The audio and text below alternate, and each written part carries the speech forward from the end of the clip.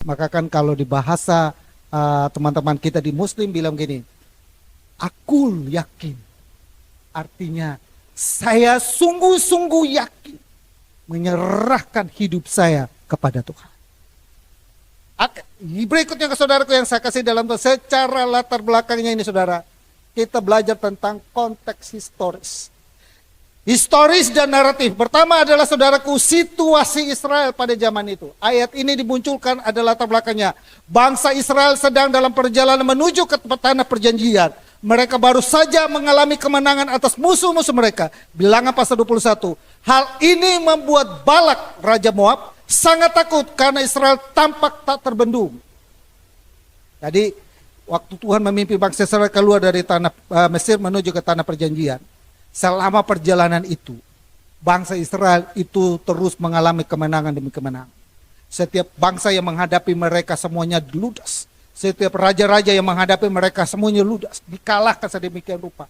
Sekarang mereka mau masuk ke tanah perjanjian. Ada satu raja yang takut, namanya Raja Moab. Namanya apa siapa? Balak. Raja Moab. Dia Balak. Dia takut. Dia takut kepada siapa? Israel. Dia takut kepada Israel bukan karena itu tentaranya hebat, enggak. Tapi ada satu tangan yang luar biasa yang menyertai mereka, membuat mereka menang terus.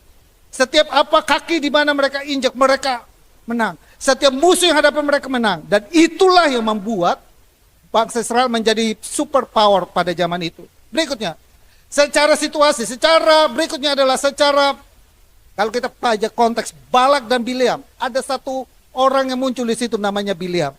Ayat itu muncul karena ada ini ayat di orang namanya Bileam. Balak tidak berani melawan Israel secara militer. Ia memilih strategi rohani yang salah. Secara militer dia merasa dia tidak bisa. Maka dia putar otak bagaimana mengalahkan ini ya. Dan dia ketemukan saudara. Ketemunya apa? Dia menyewa Bileam, seorang peramal terkenal, untuk mengutuki Israel. Bayangin tuh saudara. Luar biasa. Balak percaya bahwa kutuk rohani lebih kuat daripada senjata. Saya waktu baca eksegesa itu, membaca itu, menemukan itu, aduh luar biasa. Dia secara militer dia merasa bahwa kita tidak sanggup menghadapi bangsa ini. Kita tidak bisa mengalahkan bangsa ini. Maka dia putar otak, bagaimana dia cari strategi ahli yang lain. Coba bagaimana, menurut kamu bagaimana kita mengalahkan ini bangsa? Strategi apa yang kita harus lakukan? Strategi apa? Mereka temukan satu strategi. Bawa orang kutuk ini bangsa. Kalau mereka terkutuk, maka mereka akan gampang dikalahkan. Dia pilih bukan senjata fisik, tapi dia pilih senjata rohani. Kenapa dia pilih senjata rohani? Dia bilang, kalau rohaninya itu mereka kalah. Di rohani mereka kalah, maka fisik pasti mereka kalah. Dia tahu itu. Balak tahu, ada satu kekuatan yang lain yang menyertai bangsa Israel. Kekuatannya apa? Firman-Nya, perjanjiannya kepada bangsa Israel tidak pernah gagal.